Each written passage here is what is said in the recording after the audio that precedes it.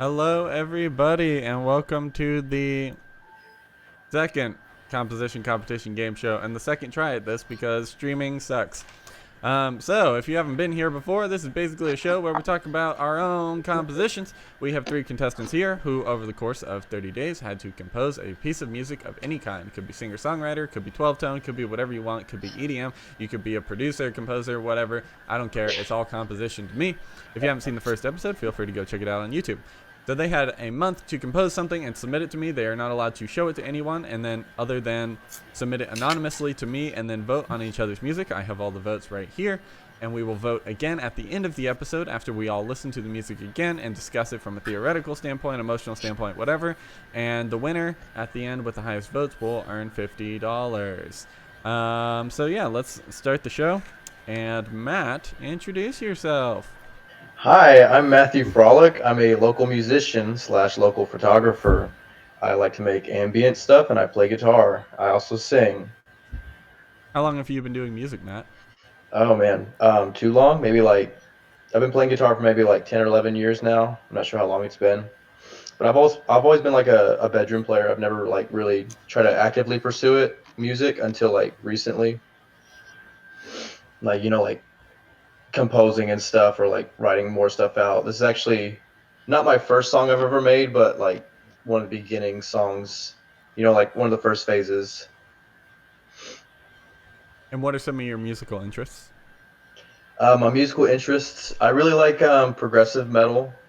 I really like pretty much everything. Like I listen to like Bjork, I like Radiohead a lot. Like just really good singers, just good music. Like one of my favorites is Devin Townsend. Of course, I have a tattoo. You can't see it because the camera. But yeah, stuff like that. Just like I really like ambient stuff like rock, post rock, jazz, stuff in that kind of vein. Just like the weird, interesting things. Fantastic. Edwin, would you like to introduce yourself? Okay. Hello, my name is Edwin Nanez. I am an music education major at UTA, and I play clarinet and I sometimes compose. Yeah. What are your musical interests? Um,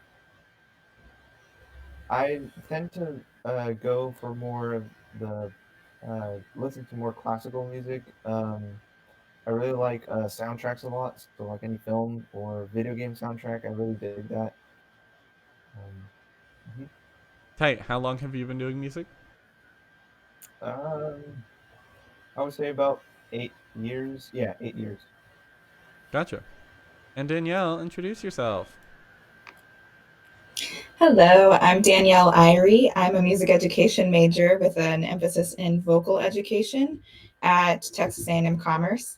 Um, I have been writing music for about 10 years, but I've just started composing classical style music probably just in the last year. Um, I really I really love music and yeah. Tight. I'm very excited today because we have three different composers of very different backgrounds, even though we have two education majors. We have completely different styles in the music that we will be showing today. So, with no further ado, we're going to select a piece randomly by the roll of a dice to see which piece goes first. And once the person is selected and the piece is selected, they will have the opportunity to speak about the piece beforehand if they so desire. They also have the opportunity to speak after the piece is listened to. They have complete priority and control about talking about their piece, and then we will all discuss it. Cool? Let me figure this out. Okay. Matthew Frolick's piece is going first. This piece is called I Don't Know What to Say. This, but it's gotta be something? Yes. Do you want to talk about it beforehand or do you want to listen to it? I'll give it some context Okay. because okay, so like we had a month to write all these pieces, right? And so originally I wasn't gonna submit anything, and so I I decided at the very last minute, in true Matthew Frolick fashion, that I would actually submit something. So I'd rather have something than nothing, you know. And like I left work early, like 'cause I work at night. So I left work early, like I chugged a Red Bull to get this song finished. So I had like by the time I got home, I had maybe like 20 or 30 minutes to like make something and upload it. And so I did. And so that's pretty much like all I did. Like I really run on deadlines. I figured out that's like what works best for me. Like it really pushes me to the extreme. And so this is literally all I could do with the time I had left, like the 20 minutes I had to work on it. And so that's why it is what it is. That's why it's the song name. Like I didn't even realize I had that typo in the song in the title until like after I'd submitted it. And I was like, you know what? It's just jazzier. All right. So yeah, that's the story. That's the context. Well, let's listen to it and then we'll discuss further.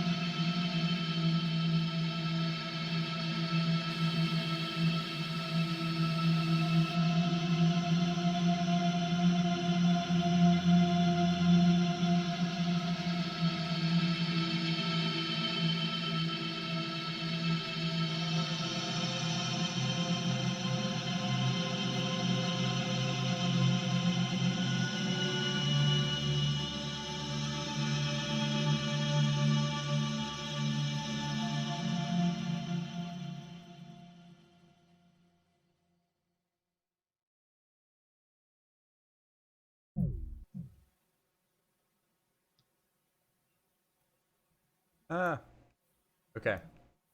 Are we all unmuted? Are we all back? Nice. Yes. All right, so Matt, you have the floor again to say anything else, and then we'll just discuss. Okay. So I wrote that because not only is that all I had, but let me explain. Okay. So I don't know if y'all ever heard of Moby before, like the EDM artist or like ambient guy.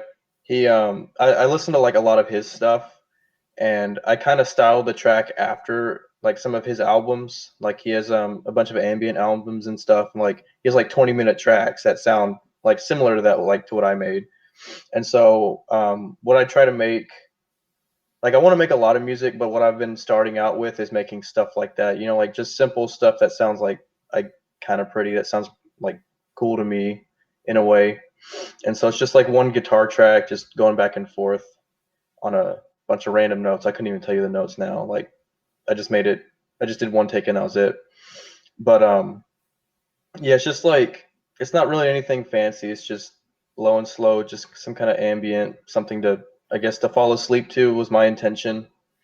And so that's pretty much it about my song. Anyone want to comment on this?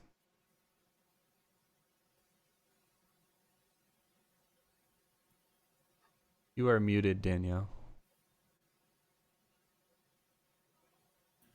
Okay, there we you go. There was a crying baby, so I muted it. At times it sounded like you had the note planned out. So did you have a method for like how to choose the next note? No. Okay. So like it was just a pattern, like a box pattern, and just really really basic stuff. So like I had like one four chord 4 note melody against like all this reverb and stuff because it's just like a patch on my guitar rig. So like it's like all this like washed out reverb, all these like crystal-y sound effects and stuff. And so like it was just that that 4 chord note 4 note thing, my god. And then like I just went back and forth like between an open note and like a higher note. I can't even remember the note it was. And so like I just did that like twice, I think, and then that's the whole song. Like it was never meant to be something complicated. Cool. Edwin, any thoughts on it? Um, I I liked it. It was very like you said, it was something that you could probably fall asleep to, and it was really really relaxing. Um, it sounds like some of the video game score tracks that I have listened to. Probably the one that comes to mind is probably something from Halo 4, probably. Yeah, Halo 4. Really? Mm-hmm. Thank you. Mm-hmm. I'm gonna go listen to Halo 4 OST now. All right, so I'll tackle it a bit. So first thing, you did it in like 30 minutes, right? Instead of 30 days. Which Yes. really the goal of this was to get you to complete something. So technically you did the goal, right? I would hope in general that people would put more like focus and effort into what they're doing than 30 minutes and actually like do it instead of doing things last minute. But that being said, this type of music specifically, minimalist music, and it's so funny that you did this kind of like minimalist thing because we had someone on the last episode who did a minimalist thing but did a more complicated version, right? So like something more like Steve Reich minimalism versus like this kind of ambient modern or postmodern or post-postmodern, however you want to call it, minimalism, right? That's just like ambient music. And I said the same thing last time, but I had a professor once who called minimalist music just musical wallpaper, right? And that's like so what this is, right? 100%. At least that's what I'm getting, right? It's not supposed to be focused on too much. It's just in the background. And when you do look at it, you're like, oh, that's pretty. There's more detail in that than I thought. But most of the time, it's just like in the background doing its own thing, right? So, Yes. I'm totally cool with that. And I think that it was very effective in that. And it was certainly like the atmospheric vibe that you were going for. There were times, actually, so I was intently listening to it. So there were times that I might not have noticed necessarily if I was just listening to it like on a loop or something, because you just faded it out, right? But it could actually probably perfectly loop if you just put the track over itself a million times, right?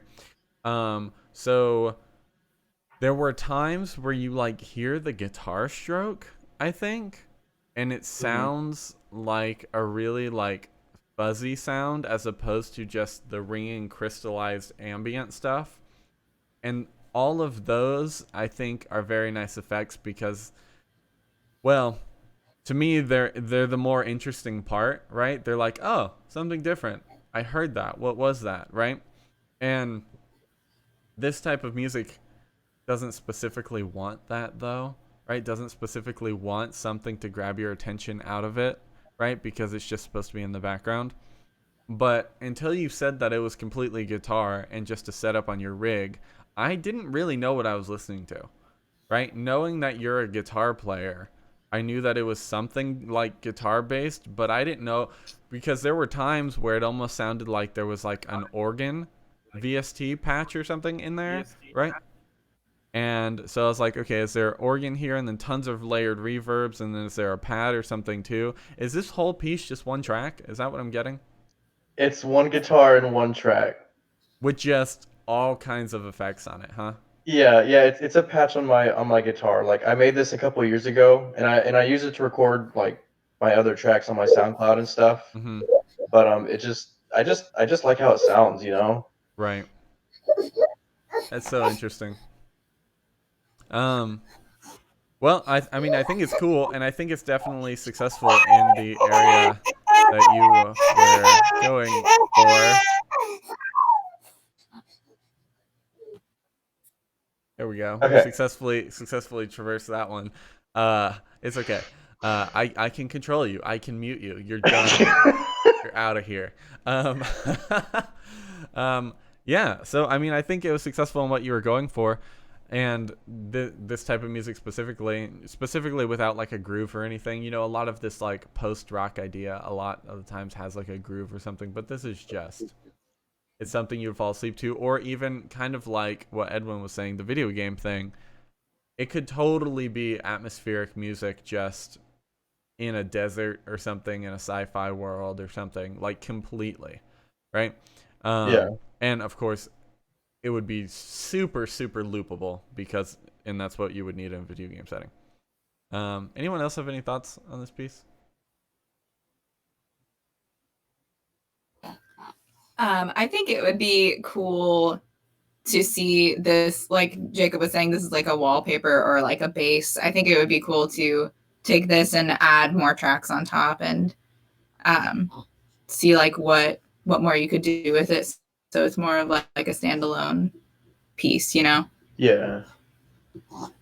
Yeah, like add drums or something because I have Easy Drummer and stuff. I don't know how to use it yet, and so that's why I do guitar tracks for right now. Like I'm not really like practicing my composition skills or whatever, like stuff like on the computer, because like it's one thing to actually like put something on a timeline, and it's another thing to like play it. And there's differences, or like programming electronic stuff, and that's what I'm not really. I don't have enough practice with that, like using DAWs and stuff. And that, I mean, that takes tons of skill and tons of time, and we all struggle with it because it's not really taught in music school, or it's not really, you can find the information online.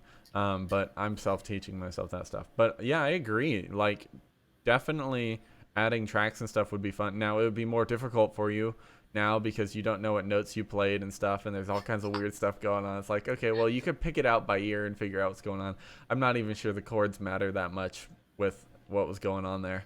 But it's interesting how you did it in one take though, because that's kind of a, like, you could argue it's aleatoric in a way. And it's this idea of like writing music based on chance, right? But specifically you were just doing it based on how you felt, right? and based on like what's gonna sound good next. And that's kind of an idea in composition of like the intuitive side of composition, right, as opposed to like the thinking side or the feeling side or something, right? You may have been using like what you just felt should come next, right? And so those are all legitimate, and it's actually interesting because of that. Now if it was a more complicated piece that you did in that same manner, that might be too much and might not come out as well. Whereas this it's just pretty. It's just like that's as simple as it gets, right? It's just pretty, and there doesn't need to be Yeah. a whole lot to it. And that's not what this music's trying to be. It's not like, here, look at my dominant freaking flat 9 chord. No one cares. Yeah, just feel what I'm feeling, bro. That's pretty much it. We're just vibing. That's Yeah, it. it's a vibe, dude. It's a vibe. All right. If no one has any other thoughts on that, then we can go ahead and move on to the next piece.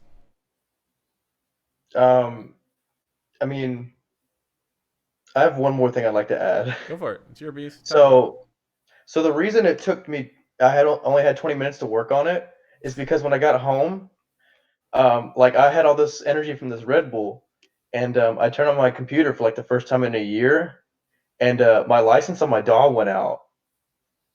So I had like an hour to finish this song. So I was like, what am I gonna do? Like, so I had to like research and do all this stuff and spend like 30, 45 minutes just getting my DAW back online, like for me to record. And then I was like, okay, I have enough time for one take. This is gonna be it. Oh man. And then that's why like I was freaking out. That's why like the song name was messed up. Like that's why I couldn't think of a good song name, because like I was dealing with all that behind the scenes stuff that nobody knows about until now. Like everybody watching this or y'all. So yeah, it was a fun project, and I learned a lot. I learned that I learned that I need to get my stuff together next time. I was gonna ask you that. Do you think next time you would actually put more effort into it? Well, so the thing with these kind of songs that I like to make, it's the more I think about it, like the more I analyze it, and these kind of songs are not things that you're supposed to like be analyzing that hard. It's just like you're listening, you're Sure. feeling it. Yep. You're not really like, oh, what if I did this or that? Like I'd be adding too much to it at that point. Like I could take a week and do this, but if I took a month, I feel like I might like that'd be too much time. Like I could do these things in a day. But I'm also just doing guitar. Like I'm not doing any other thing. I'm not doing anything else like drums, bass, or singing or anything like that. So like with that, like what Danielle was saying, like I could add more layers and stuff like harmonies or like singing, and just like build off that bass. For sure. For sure. And I mean, there's always that joke with like minimalist music that it's the only type of music that takes longer to perform than it does to compose, right? But for Yeah. you, it specifically took the exact same amount of time to compose as it did to perform. So that's kind of fun. Yeah, that's all I have to say about I don't know how to say this, but it's got to be something. Yeah, I don't want to say, I don't know what to say this, but it's got to be something. That tripped me It's up. jazz. It's jazz, y'all. All right, we're Support gonna jazz. we're gonna move on to the next one. Um, there will be jazz people watching this who are very offended. Rolling the dice. All right, it's Danielle. So let's do this little transition. And Danielle specifically requested that we do the video. Oh wait. Do you want to talk about it first? I'll talk after. Okay. Well then, let's do this little transition, and I'll set up the video. Oh snap! If I didn't close the videos, I did not. Okay. We're getting there, people. Bear with me because I'm new to this.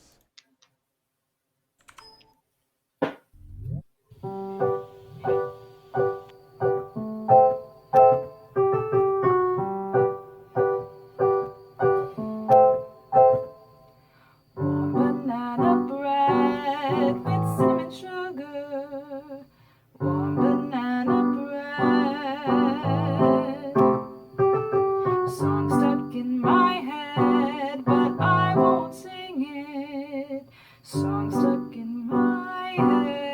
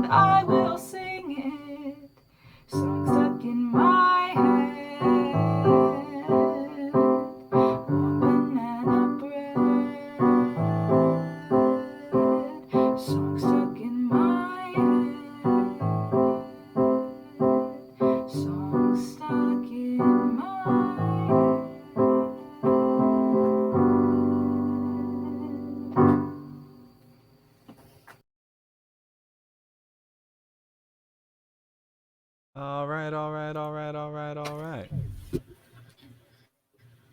Danielle, talk to us. So I love stories behind pieces. I think every piece should have a story. So I came home from visiting my friend about an hour away. Her mom sent me home with this loaf of cinnamon sugar swirl bread, which is made from bananas. And it was delicious, and it inspired me to write a song. And I was like, oh, I need to write a song for this competition, so I might as well make it this one. And I'm a believer that songs exist before we find them. So sometimes I'll just like have a song or a motive pop into my head, and that turns into a song. And I think that song already existed because, or even before I found it. So this motive just came into my head, which is just a major 7 chord, you know? So it's not like that complicated or anything. And I just started singing warm banana bread over and over. And like, the idea of the song is like, we have these songs that we won't sing because we're too like self-conscious or like criticizing ourselves to just sing them, even if they're not that impressive or not that good, which is where the line came from. I feel sad when you don't like me. Well, I feel sad most days because I'm going to judge a song that I write and think that it's not worth someone listening to when it really is. So that's kind of where it came from. And then at the end, I just say, this song is worth singing. So I'm going to sing it, even if it's still a work in progress, like all of our lives are. So, yeah. Someone else take it. I really like it. Like it's like very light and airy, like what you're saying, and it reminds me like in Parks and Rec, if any of y'all are familiar with that, or anybody watching familiar with that, like how Andy, like the band Mouse Rat, how he would like just be in his living room, just like playing just like random songs, whatever he sees, like that's what he would sing about, and it has like that kind of like quality to it, like it's silly in the sense that like it's like fun, like what you're saying, Danielle, like it's not supposed to be taken like that seriously. It's just about warm banana bread, dude. I really like it. Like I really like that 7th chord. I really like the melodies and everything. And I like the contrasting, like with the chorus, like with the lyrics, because like it goes immediately like to this light, airy, like I'm singing about warm banana bread, but then I'm having this existential dread about singing this silly song in the same song, which is a very interesting take, and I like that very much. Most of what happens in my mind is pretty silly. So when I'm writing lyrics, it's like something really silly. And then I also have lots of existential crises. So it's like what goes on in my mind comes out in my music.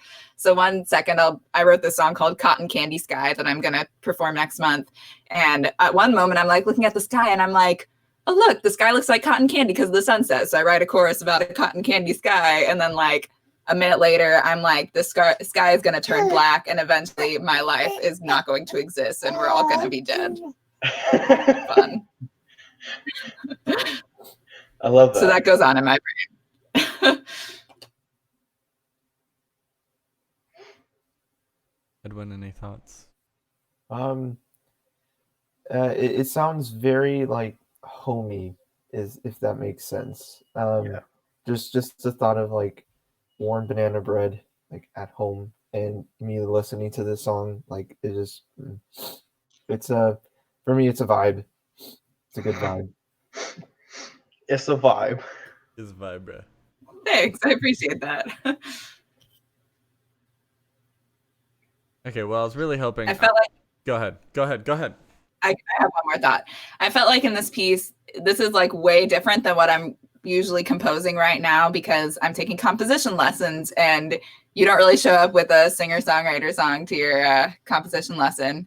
So I just like wrote this for fun and it was fun for me to be able to like actually submit this to some things. Most of my stuff is like not like this. It's a lot more structured or like in depth musically speaking. So this, I felt like I was kind of going back to my roots because I started out writing pieces kind of like this. Little Q's joining in the conversation. So anyway, I just wanted to add that this is like, it was fun for me to write stuff in this genre again. Tight. Yeah, and I mean, that's kind of the point of this. Is when I initially started this, I wanted music of all different kinds, and I didn't care, because the idea is just finish something, because there's so many people who don't finish music, right? And they just have ideas. So I really like it. I think it's super cute. The contrast is amazing, right? That's really what makes it. I mean, first of all, like, as soon as you start it and you start singing that warm banana bread melody, I think anyone and everyone is sold, right? Because they're like, we all love banana bread. You're getting what is the taste version of audiate? Like tastiate or something, right? Like, we're all tastiating warm banana bread in our mouth as soon as you say that. We're like, yes. And I'm like, I love banana bread, right? And then with cinnamon sugar, and you added another layer. It's like, okay, I could do a theoretical analysis on that right there about how, like, just the lyric actually creates a new level of experience. It's like when you're playing diatonically, right? And then you add another chord finally, like a chromatic mediant or something that's not diatonic, and you're like, ooh, what is this new flavor, right? Where is this going? And it's like, just the lyrics, warm banana bread, got it. With cinnamon sugar, ooh, what else? Tell me, right? Where else are we going with this, right? And so it's like the lyrics themselves are painting a picture, even though the music is very simple, and that's totally fine. And then the music, there's also that nice dichotomy of the music being basically super, super happy, and Matt used the word airy, and I kind of like that, right? Just like, it's just, yeah, man, you know, right? And so there's like all this happy music, and then I'm so glad that you elaborated on the darker side of the lyrics, because that's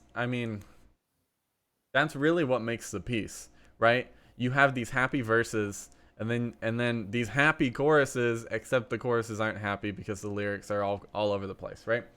It actually reminds me of Reliant K. Reliant K does a lot of this stuff where it's like goofy, but then it's also like, wait, what is he saying? What is this wordplay here? You know, and it's like something actually really serious. Yeah. I'm very inspired by Reliant K. I've listened to like every song they put out, I think. So I love your music. Well, there you go. So thank you. Someone has officially heard it in your writing, yeah. And I would say that's a big compliment. I'm a huge Reliant K fan. And that type of, you know, I love those type of lyrics. You know, I also love like super like complicated death metal lyrics or whatever, but you just doing the wordplay and stuff, and it's like happy music but sad lyrics is awesome. I feel like there was something else I wanted to say about. There was a bridge, right? Yeah, there was kind of this little like improv section almost. I was just singing, and the words are, "It's what I do best, blowing things out of proportion while you tell me to give it a rest, but I will sing." Yes, that is probably my favorite part, and that part's actually super Reliant K as well, where they just rush through a bunch of words real quick in a phrase, and you're like, wait, slow down, what was that? It's like, what are you telling me right now? I need to hear this, you know? That part was fantastic. Yeah. That was super awesome. And when I let some people like that know me really well listen to this, like a lot of people tell me like, stop blowing things like out of proportion. It's fine. Like, your music is good. Just stop. And like, to me, that was like me looking at how other people see how I react to my own creative endeavors. People are always telling me, just stop complaining. Like, it's fine. Like, you're doing fine. But to me, I have that inner critic that's like, this is not good. I need to like work on myself. So yeah, that's where the lyrics came from there. Right. Also, I mean, my one final thought, and people feel free to like interject and add more meat and potatoes, because this show really isn't about me judging all of your music. It's about you guys being forced to think critically about other people's music. So one thing I will say though is, first of all, like, obviously you wrote it and performed it, which is great, and it's interesting how we have two people who performed it this week. But the background vocals thing where you did the like, was that in the original audio recording you sent me? Is that the same audio as the video? Yes, Okay. it is. Okay. Maybe I just don't remember that. But I thought the video effect of it added a whole nother layer. And of course, this type of music would typically be played, and people would see it at a venue and see that little effect. And the visual effect of it adds another layer of the music, And so there's a whole lot going on here other than just music. You got the lyrics tastiating in your mouth, and then you got the visual effect. And it's like, music doesn't just have to be oral. So nice work. Thanks. I think my final thought on it is that I never thought in a million years that you could make warm banana bread and existential dread work together.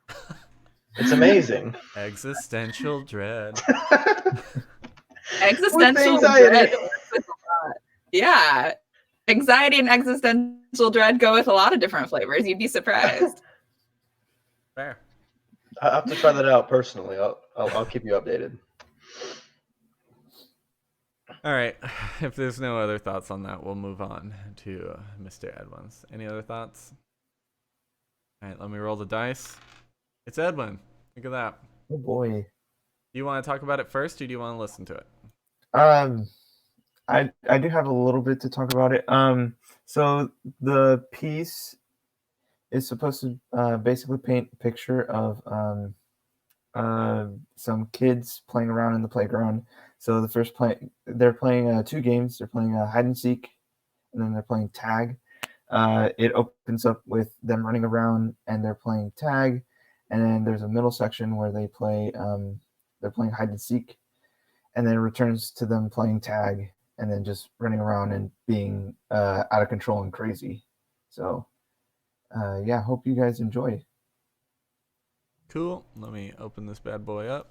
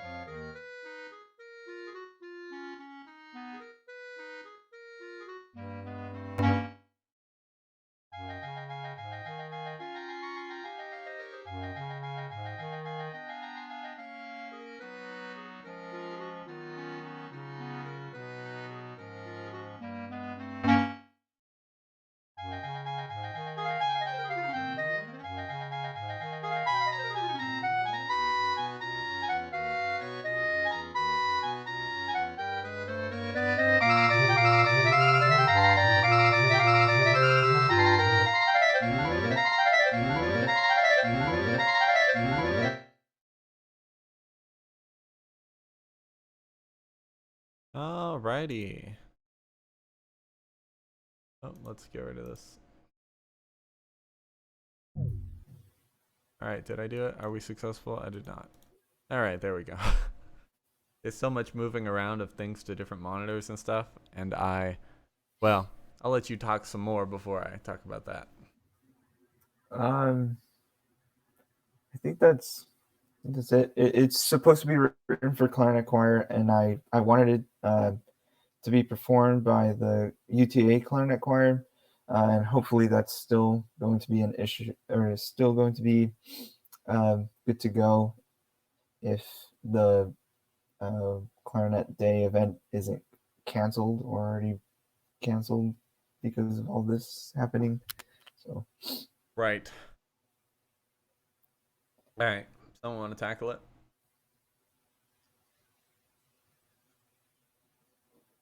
So my first initial thoughts were like, so like I'm not really a music major or anything, so like I can't really like comment like on like any of these kind of like different modes or motifs or anything. So like the way I felt it as like without having any context, like the playground kind of thing with the children was like it felt like kind of like a video game thing, like like sprites, like something like Zelda or something like that in that kind of like vein. That's how I felt about it.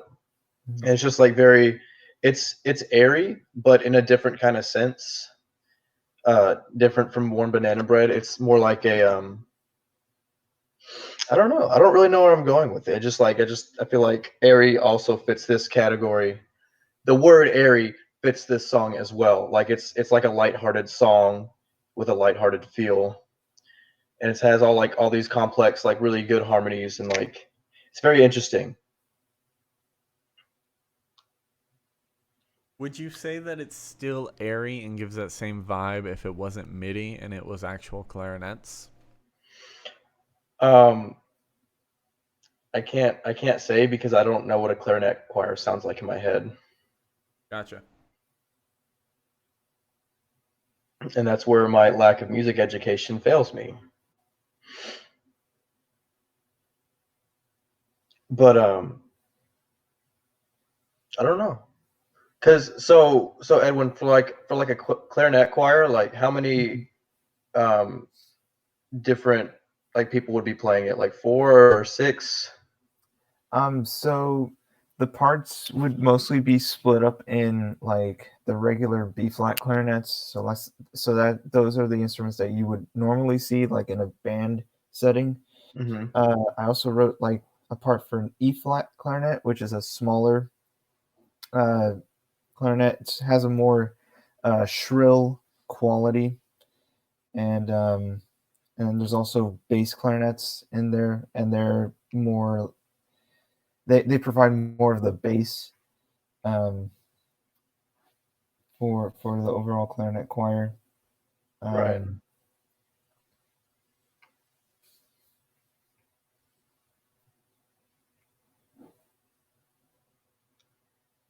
Um, yeah, did I answer your question, by the way? Yes. Yes. Okay. You did. Thank Okay. you. I have a few I thoughts. think I understand. I did not get the playground theme when I listened to it when Jacob first sent out the email, but listening to it that time after you said that, I heard like this little motive that reminded me of like a children's song, that na na na na na na na na na, that kind of thing. Yeah. Most children's songs have minor thirds in them because it's like one of the intervals that's like easiest for children to learn, and it's very like natural. So when I heard that, I was like, oh yeah, like that gives even more imagery of like children kind of like taunting each other, like singing to each other. And like I kind of heard like when the tempo sped up at the end, I kind of heard that as like, oh, the kids are running faster, like the merry-go-round is spinning faster. So it's really cool, like the imagery that I got with the piece.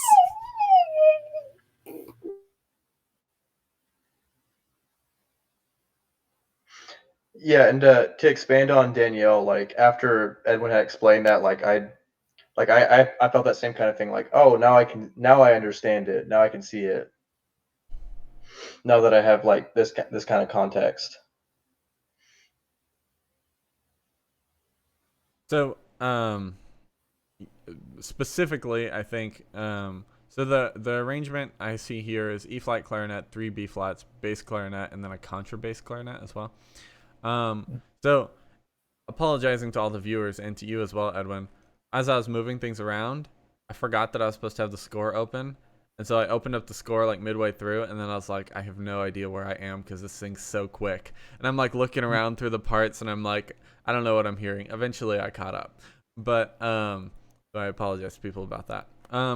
Yeah, it's interesting. So the idea of telling us what it's supposed to be about beforehand definitely gave that imagery. Like as soon as you said the playground thing, I almost like had an idea in my mind of what I was expecting to hear, and then I heard it, right? And I was like, oh, okay, that's, it's like there was no question that that's what it was. What's interesting to me is that the title currently is Overture to Dream Suite. Mm-hmm. You want to explain that a little bit? So I had this huge idea for like a big band piece. And so the whole thing was supposed to be called Dream Suite for concert band or something like that. And so the beginning is you're supposed to follow this one specific child, and he is in the story at the beginning. He's playing around with all of the kids, and then he's eventually called home to his mom, and then goes to sleep. And the meat and potatoes of the whole suite is supposed to be the adventures of his dreams. So this is like the beginning, the introduction to the dream suite. Gotcha. That's super cool. I like that.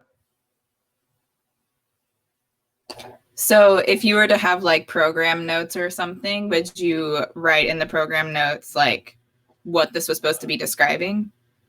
Yes, most definitely. Cool. Because I feel like somehow telling the audience what it's about would really help them get that image. Because the first time I listened to it and I had no information, I just thought, hey, this sounds cool, but I didn't have that same imagery. Mm-hmm. Okay. Yeah, so on the program notes thing, and maybe I've talked about this a lot, and so maybe I talked about it on the last episode. So if you saw the last episode and you heard me talk about this already, sorry. But program notes are this interesting thing where it's kind of like what we're talking about with the warm banana bread thing. There's more layers than just the oral experience, right? And there's the whole like War of the Romantics and stuff and blah, blah, blah, blah, blah. Should music be programmatic, or does music justify itself on its own and blah, blah, blah, blah, blah, right? The interesting thing is that you probably could have told us this was something entirely different than a children like playing playground theme song, and we would have heard whatever you told us to, because that's how program notes work. Music is not like as clear as people want it to be. And because you told us what you wanted, that's what we heard. And I mean, people have tested this and stuff, like had people in the audience looking at different program notes for the same piece and then come up and talk to the composer afterwards. And it's like, wow, I really heard this in the music. And it's like, wow, I really heard this in the music. And it's like, well, did you really though? Right. But I mean, I heard it, right?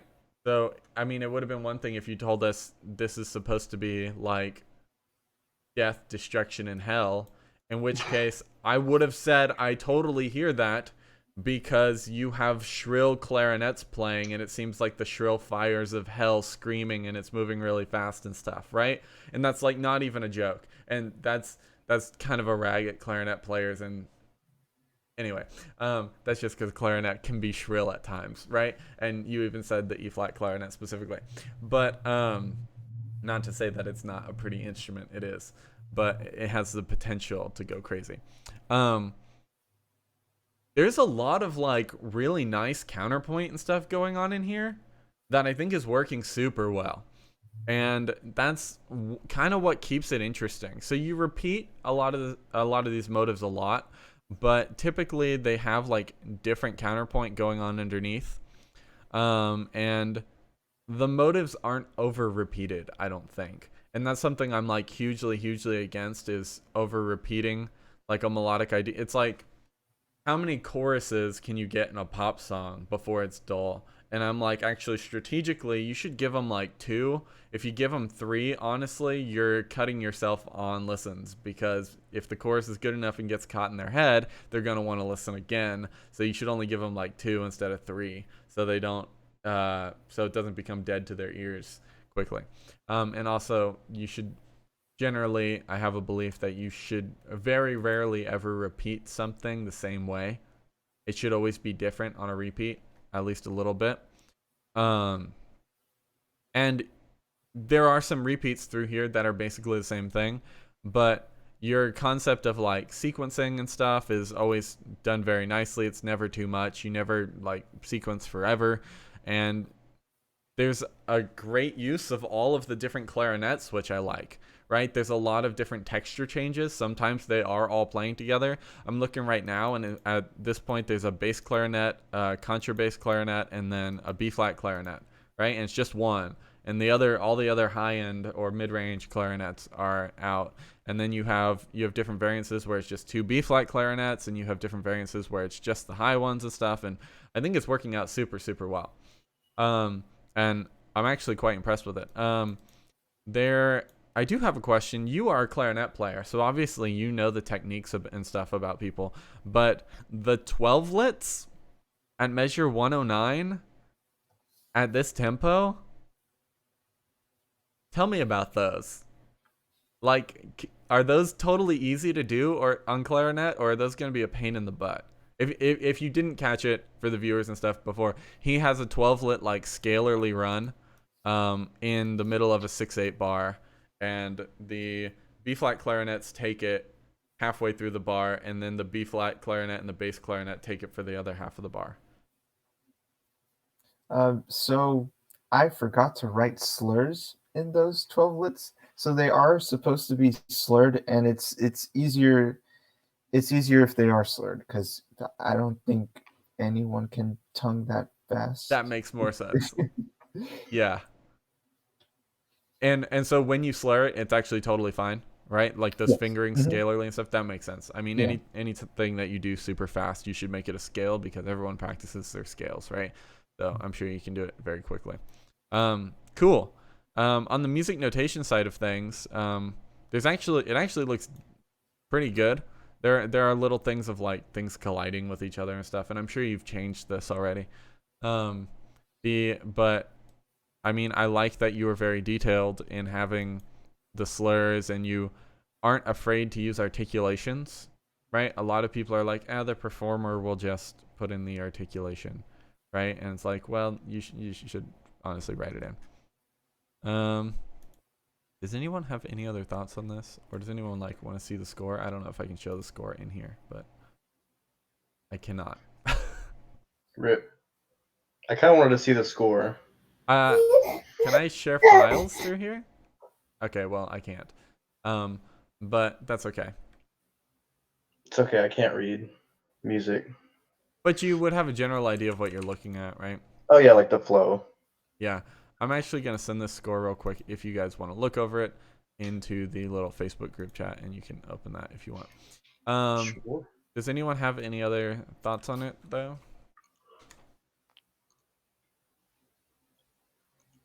Great. I would love to know like more, like what was your method to compose this? It was, so whenever Jacob first told me that I was doing the competition, I was like, okay, I'll just sit down and write this. And at first I was like completely lost. I was like, what do I write? What do I tell them? And so I just started listening to Respighi's Pines of Rome a lot, and I was like, okay, I guess I can do something similar to this, but change it, tweak it to where it's my style. Um, and so that's where the idea of the children playing in the playground came from. The first movement from Pines of Rome is children playing around and also acting like soldiers and then running around again. See, now that's way more interesting. Good Cool. question, Danielle. Because now I'm questioning, did you copy anything that he does like formally or harmonically, or did you just copy mood?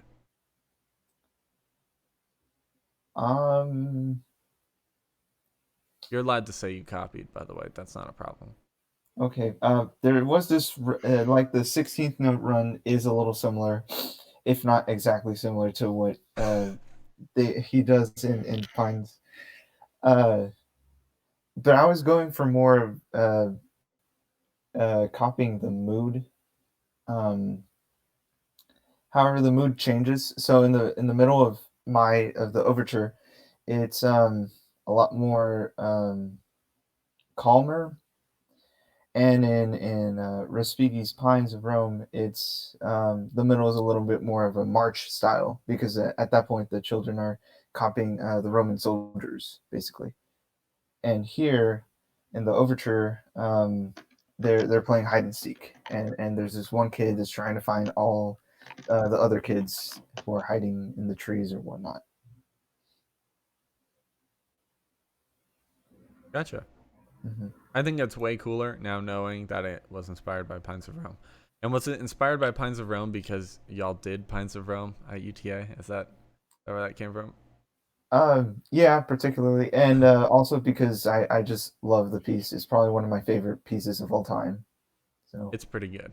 If you haven't checked it out, check out Pines of Rome if you're into older classical music. And if you're not, don't even check it out. I won't force anyone to listen to old music. Score wise, there are some eighth notes that should be beamed together. Like you're in 6/8 and you should beam appropriately for Right. 6/8.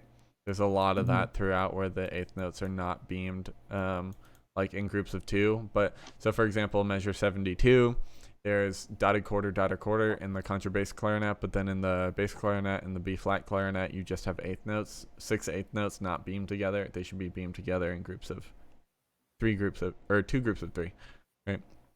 Mhm. And that happens a lot throughout.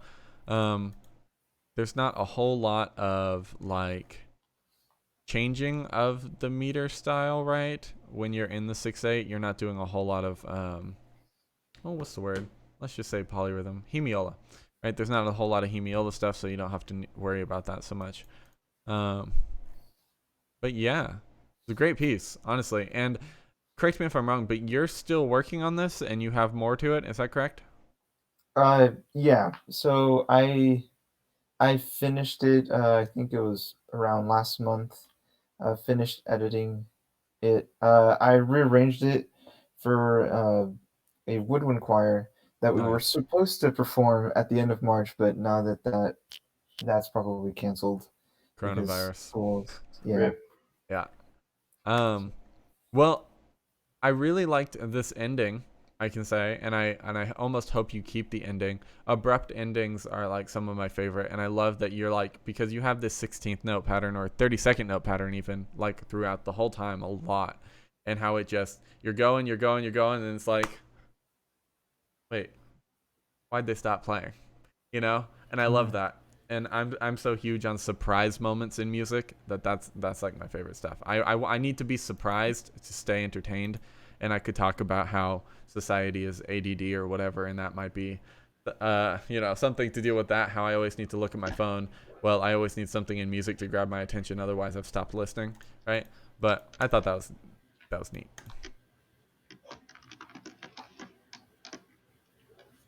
Maybe the kid fell and skinned their knee, and that was the ending. Ah, Yeah. Or like the teacher came out and like got him out of the playground. It could be a multitude. Recess is over. Go inside. see, Yeah. I almost feel like, because it's an upward motion that he ended on, right? And so an upward motion always wants to go somewhere. So to me, it feels like the kid's like running, and this is gonna get really dark real fast. But the kid's like running, and there's like a cliff, and the piece ends when he's like right on the edge of the cliff, but you never see him fall, right? And that's where it cuts, right? That's what it feels like to me. And that's totally dark and not. Why would there be a cliff on a playground? But that's what it feels. You know, like from the audience perspective, it's like, Mhm. what happened, right? So anyway, I like it. We've hit our hour mark, which basically means we've gone through everything, and we've gone through everything, which basically means we've gone through everything, unless anyone has any other thoughts about that piece. So, let's go ahead and I have to put in a vote for myself first. But y'all can go ahead and text me votes. I would play the Jeopardy theme song here, but I'm pretty sure there's copyright problems with that. So, you know. Feel free to text me what your vote is for this, and we will declare a winner or winners. If there are two people with the same amount of votes, we will get $25 each, because I can't give you $50 each, because come on, I'm a college student.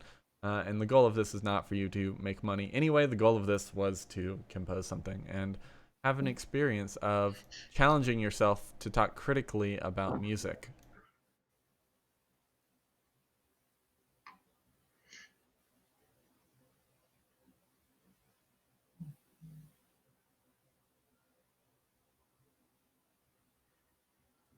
Oh.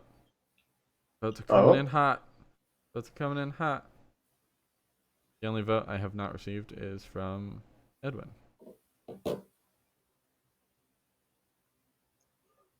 All right. Here we go. And the final winner is warm banana bread. All right. Congratulations, Danielle. Really? Yeah, warm banana bread won. I'm actually surprised. Thank you. I won't give vote counts because that's supposed to be private. But congratulations. Any final thoughts? Any final words? I'm really surprised. I'm really happy, and I'm really glad that I had the opportunity. And this pushed me to compose and finish the score and the recording in a shorter amount of time than I probably would have otherwise. So that was a good push. Awesome. Anyone have any final thoughts before we plug ourselves and get out of here? Great, let's plug ourselves and get out of here. Let's start with Matt. Do you have music or photography or anything you want to tell people about? So, once again, I'm Matthew Frolick. I'm the owner of MF Media or Frolick Media. I've not thought of a name yet, unfortunately. So my main gig is like I'm trying to be like a photographer, videographer. You can follow me at Frolick. That's Frolick _ or MF Media Rocks ROX. Yeah, that's where most of my photography stuff is. And I do band photography. Like I go to concerts and stuff, and I shoot like rock bands and stuff. But I pretty much shoot anybody that'll pay me. Is how I go about it. My music, it's on the way. Yeah, big things are coming as always. You know, I have an album. I'm probably gonna release. Well, not release, just like work on. I've been working on that for a couple years, and that'll get out eventually. Get out of my head eventually, and yeah, that's pretty much the music I'm working on and my plugs. So that is me. Edwin, plug yourself. I have a SoundCloud with all the compositions that I've made from this past year. I'm pretty early or new and fresh to the composition world. If you want to follow me, just look up Edwin Nanez, Nanez, and yeah, go check out my work.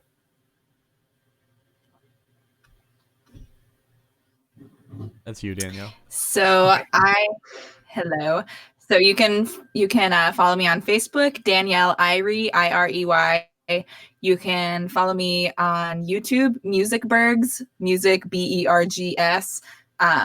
That has most of my music on there. I have videos all the way back from when I was like 13. So yeah, don't judge my 13-year-old self.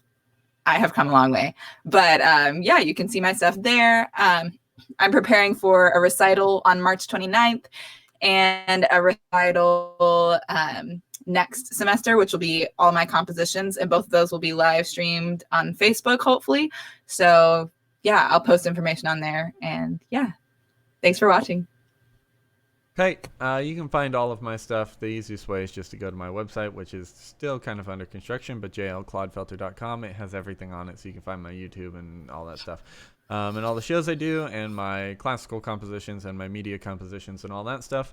I have, since we're plugging recitals, I have my senior composition recital May 2nd at 3:30 p.m. in Irons Recital Hall at the University of Texas at Arlington. Be there or be square.